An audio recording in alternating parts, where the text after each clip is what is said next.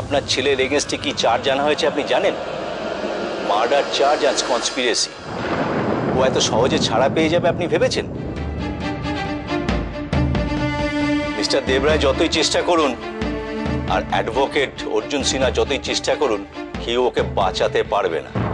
আপনার ছেলে বড় ফাঁসা ফেসেছে, এত সহজে ও এখান থেকে বেরোতে পারবে না।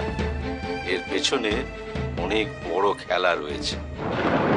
সন্দীপের কেসটা কোথায় গিয়ে থামে একবার দেখুন। যাক, আপনি আপনার ছেলের সঙ্গে দেখা করতে এসেছেন, আপনাকে নিরাশ করব না। দেখে যান আপনার ক্রিমিনাল ছেলেকে। রাজু, এনাদের একটু সন্দীপের সঙ্গে দেখা করিয়ে দাও। আচ্ছা স্যার, আসুন। বৈশালী কর্মকার? কে এই বৈশালী? মিসেস পাকরাশি এই কাগজটা আমার কাছ থেকে নিয়ে নিয়েছিলেন কেন?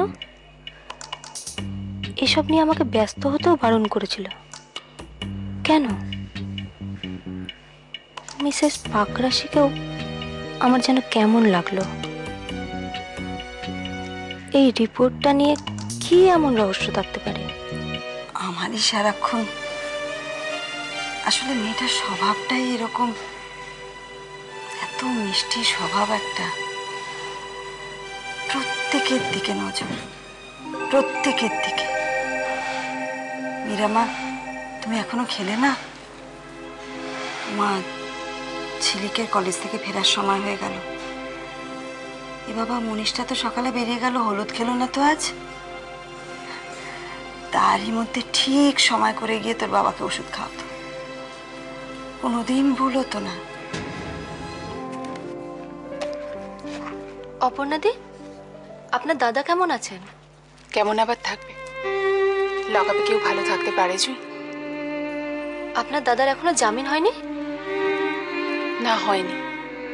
আর কবে হবে সেটাও জানি না। পুলিশ বলছে দাদার এগেনস্টে যে কেস আছে তাতে নাকি এত সহজে জামিন পাওয়া যাবে না। আজকের দিনে ভাই বোনের এইরকম সম্পর্ক আর দেখাই যায় না।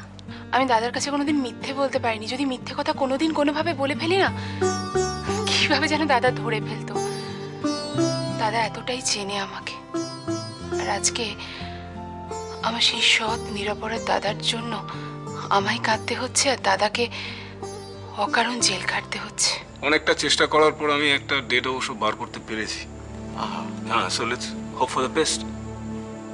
কিন্তু কিন্তু আপনি কি কিছু না, দেখুন, আমার মনে হচ্ছে যে এই কেসটার পেছনে কেউ বা কারা আছে আর কি, কারো না কারো হাত রয়েছে আর কি, এবং তাদের হাত এতটাই লম্বা যে তারা জজকে পর্যন্ত প্রভাবিত করতে পারে। আমি সাজেস্ট করছি যে আপনার শত্রু কে বা কারা সেটা আগে খুঁজে বার করুন, তারপর আমার উপর ছেড়ে দিন। I will fight. এখন প্রাথমিক কাজ হচ্ছে সন্দীপকে জামিনে মুক্তি পাওয়ানো, ওকে কারাদের বাইরে বার করা, তারপর দেখা যাক কি হয়। আপনি যা ভালো বোঝেন তাই করুন মিসেস সিনহা। যত টাকা লাগুক আমি খরচ করতে প্রস্তুত। Listen, Mr. Devray, I am very much loyal to my profession. So যদি কোনো ক্লু থাকে নেক্সট আমাকে জানাবেন। See you.